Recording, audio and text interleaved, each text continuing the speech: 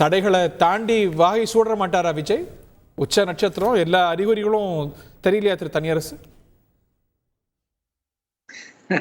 இல்லையா, பொதுவா நடிகர்கள் இப்ப நாடாள துடிப்பது இந்தியாவில் அல்லது உலகத்துல இந்த தமிழ்நாட்டில் மட்டும்தான் அது அதற்கான சூழல் இருக்கிறதா கருதி நடிகர்கள் தன்னுடைய வயோதிக காலத்தில் இந்த நடிப்பு துறையிலிருந்து திரைத்துறையிலிருந்து ஓய்வு பெறுகிற சூழல் வருகிற பொழுது தன்னுடைய வாழ்நாளெல்லாம் ஈட்டிய அந்த பெரும் பணத்தை, அதனால் கிடைத்த புகழை அரசியலில் முதலீடு செய்து அதிகாரத்தை கைப்பற்றி நாடாள முடியும் என்கின்ற நம்பிக்கையை இந்த நடிகர்களுக்கு தருவது என்பதே தமிழ்நாட்டு தமிழ் சமூகத்திற்கு பெரிய இழுக்கு. ஓய்வு பெறும்போது மார்க்கெட் போகும்போது அப்படிங்கிற விமர்சனம் விஜய்க்கு பொருந்துமா? இன்னைக்கும் கூட பாருங்க, கோட்டு படம் நீங்க பாத்தீங்களா இல்லையான்னு தெரியல, அமோகமா ஓடிட்டு இருக்காமே.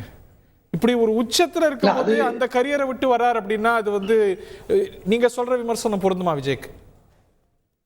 அதுதான் இப்ப நீங்க இதை விட கூடுதலா இந்த புகழ் வெளிச்சத்திலேயே அரசியலுக்கு வந்தா இதை விட லாபம் சம்பாதிக்க முடியும், புகழ் கிடைக்கும்ங்கிற அந்த இதுதான். இப்ப நீங்க திரைத்துறையில ஈட்டுகிற பொருளை விட, செல்வத்தை விட, புகழை விட அரசியலில் கட்சியை துவக்கி நாட்டின் அதிகாரத்தை கைப்பற்றி முதல்வர் அரியணையில் அமர்ந்து விட்டால் இன்னும் கூடுதலாக பொருளீட்ட முடியும், புகழை கொண்டு போக முடியுங்கிற அந்த நப்பாசி இருக்குல்ல இந்த நடிகர்களுக்கு. இந்த கோடம்பாக்கத்திலிருந்து சாலி கிராமத்திலிருந்து வர்ற இந்த நடிகர்கள், கலைத்துறையிலிருந்து வர்றவர்கள் தமிழ்நாட்டை தொடர்ந்து இப்படி தமிழ்நாட்டு மக்களை ஏமாற்றுவது, மோசடி செய்வது, மக்களின் அறியாமையை பயன்படுத்தி இந்த ரசிகர்கள் கூட்டத்தை தொண்டர்களாக மடைமாற்றி அவர்களினுடைய அந்த திரை கவர்ச்சியை இவர்கள் அரசியலில் தன்னுடைய அதிகாரத்தை கைப்பற்றுவதற்கு வாக்கு சேகரிப்பு. 5 முதலமைச்சர்கள் அந்த துறையில இருந்து வந்திருக்காங்க, எல்லாரையும் இந்த பட்டியல தான் வைப்பீங்க நீங்க? ஐயா, இப்ப அவங்க எல்லாம் ஏற்கனவே இயக்கத்தில் இணைந்து பணியாற்றியவர்கள். நீங்க புரட்சி தலைவரை முதல்ல நம்ம அடையாளம் கட்ட பொழுதோ அல்லது பேரறிஞர் அண்ணா மிகச்சிறந்த உலகத்தினுடைய அறிவுசார் அரசியலை உலகத்துக்கு அடையாளப்படுத்திய சுயமரியாதை இயக்கத்திலிருந்து, நீதி கட்சியிலிருந்து, அது வந்து திராவிடர் கழகத்திலிருந்து, பகுத்தறிவு இயக்கத்திலிருந்து, உலகத்துல நீங்க 2400 ஆண்டுகளுக்கு முன்பு சாக்ரட்டிஸும் பிளேட்டோ, அரிஸ்டாட்டிலுடைய அரசியலை உள்வாங்கி கொண்டு களத்துக்கு வந்த மாபெரும் இயக்கத்தில் அண்ணா கடமை ஆற்றினார், மெத்த படித்தவர் அப்படின்னா நம்ம அண்ணாவை அதுல பொருத்தி பார்க்க முடியாது. நீங்க 13 வயது வரைக்கும் இந்த விமர்சனத்தை வைக்கல நான் புரிஞ்சுக்கிறேன். கோ ஹெட். திரு விஜய் உங்களுக்கு என்ன விமர்சனம்? அவர் வரதுல என்ன பிரச்சனை?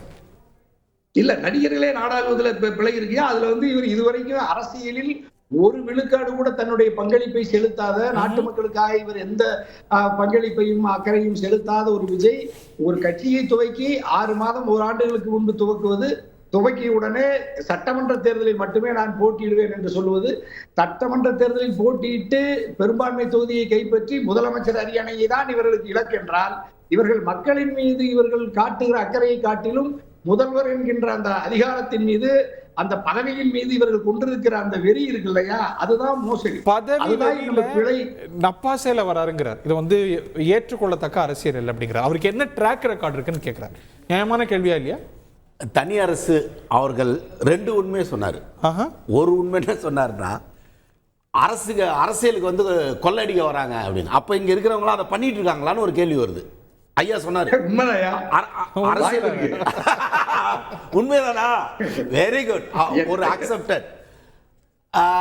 இன்னொன்னு சொல்றாரு, ஓய்வு காலங்களில் வருகிறார்னு. அவர் ஓய்வுல பாய வரல, ஓடிக்கிட்டு இருக்கும் போதே பாய வராரு. இதை ஒரு முதலீடா பயன்படுத்துறாருங்கிறார். திரை உச்ச நட்சத்திரமா இருக்காருல்ல, அந்த நிலைய முதலீடா பயன்படுத்துறாரு. ஏற்கனவே பெரிய முதலீடு அவர்கிட்ட இருக்கு சார். இன்னும் 10 வருஷம் பெரிய ரிட்டர்ன் எடுக்க அப்போ பொறாமப்படுறாங்க. அண்ணன் தனியரசு மூலமா அந்த பொறாமப்படுறாங்கன்றதை நம்ம எடுத்துக்கலாமா சார்? இல்ல, உண்மைதான் ஐயா. நீங்க வெறும் ஒரு படத்தை நீங்க தயாரிச்சு ஒரு படத்தை ரிலீஸ் பண்றதுக்கு ஓராண்டுகளுக்கு மேல நீங்க கஷ்டப்பட்டா வெறும் 150 கோடி ரூபாய் 200 கோடி ரூபாய் தான் இவருக்கு வருவாய் வருது. அதுல வெறும் 30 விழுக்காடு 40 விழுக்காடு வருமான வரித்துறைக்கு போனா வெறும் 100 கோடி ரூபாய் தான் மீதமாகும்.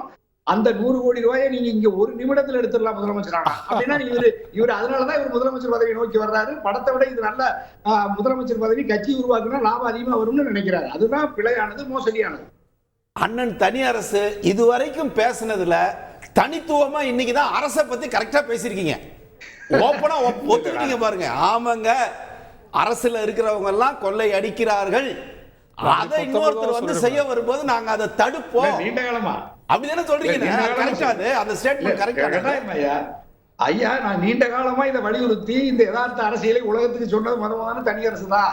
ஆகவே இந்த ஊழலை ஒழித்து, மதுவை ஒழித்து, மக்களுக்கு அறிவை ஊட்டுவதற்கு தான் இந்த துறையிலிருந்து கலைஞர்கள், நடிகர்கள் வரக்கூடாதுன்னு சொல்றான். இப்ப நீங்க பிரவீன் காந்தி மாதிரி, தனியரசு மாதிரி லட்சியவாதிகள், மக்களை நேசிப்பவர்கள் வரலாம்.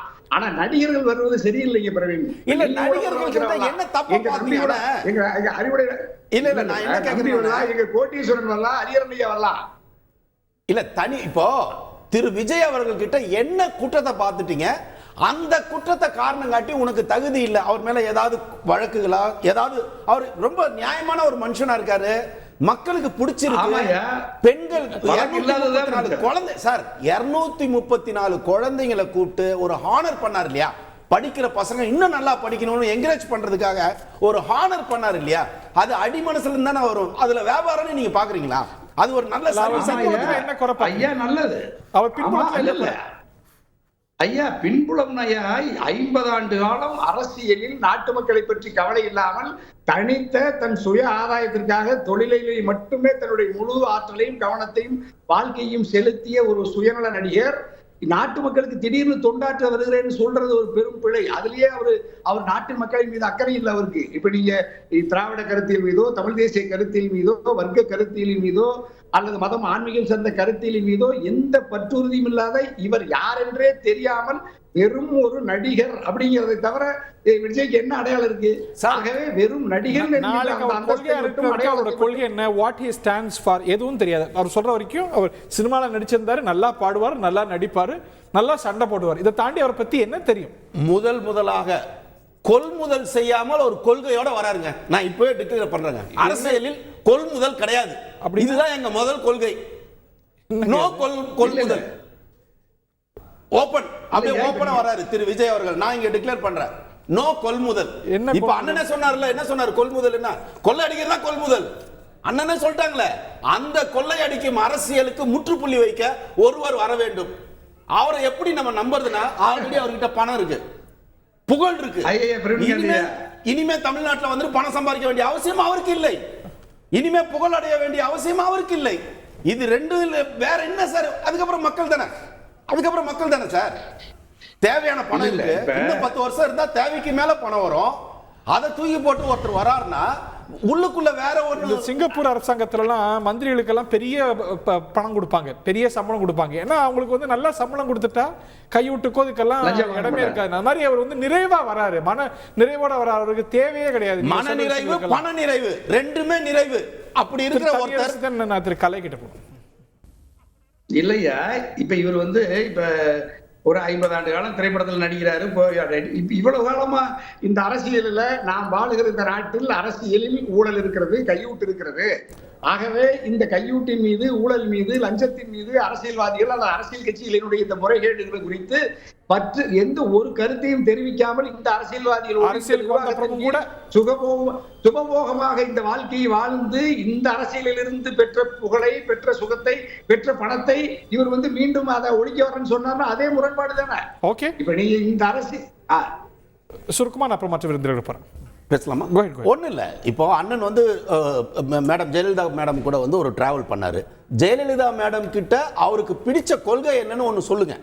அந்த கொள்கை வந்து பிடிச்சிருந்தா எத்தனை பேருக்கு அது பிடிச்சிருக்கும்னு கால நிர்பந்தத்துல ஓடிக்கிட்டு இருக்குதுங்க அரசியல. எதுங்க கொள்கை? திருப்பி சார், நான் திருப்பி சொல்றேன் சார், இங்க கொள்கையின் அடிப்படையில் அரசியல் நடக்கவில்லை சார். உன்னை நான் வென்று காட்டுகிறேன், நீயா நானா அரசியல் தான் சார் 67 இருந்து ஓடிக்கிட்டு இருக்கு. காமராஜ் என்பவரை ஓய்ப்பதற்காக, ஒடுக்குவதற்காக உருவாக்கப்பட்டது திராவிடம். அங்க டார்கெட் யாருன்னா காமராஜ் என்ற ஒரு நல்லவர். அதுக்கு அடுத்து திரு கருணாநிதி அவர்களுக்கும் எம்ஜிஆருக்கும் நீயா நானா சண்டை வந்தது, ஜெயிச்சார் எம்ஜிஆர். அதுக்கு அடுத்து யாருக்கும் ஜெயலலிதா மேடமுக்கும் கலைஞருக்கும். அது 2016 வரைக்கும் வந்தது. இப்ப எடப்பாடி அவர்களா ஸ்டாலின் அவர்களான்னு கொண்டு வந்து நிறுத்தும் போது எடப்பாடி விஜய் அரசியல் யாரோட நீ என்னன்னா அதுதான் இப்ப எனக்கு பெரிய கேள்வி. யார் அவர் எதிரி? Right, who is our enemy? அது அந்த இடம் தான் ஒரு பெரிய கேள்வியே தெரியல. இல்ல ஐயா, பிரவீன் காந்தி ஐயாவுக்கு யார் எதிரின்னு எதிரி, அதாவது விஜய் என்கின்ற தமிழக வெற்றி கழகத்தினுடைய தலைவருக்கு தன்னுடைய அரசியல் எதிரியார், தன்னுடைய அரசியல் கோட்பாட்டு கொள்கை விளக்க மாநாட்டுக்காக தீர்மானிக்க முடியாது. விஜய் யாரோட எதிர்த்து சண்டை போட கொள்கை விளக்க மாநாட்டுக்காக போத்திருப்போம்.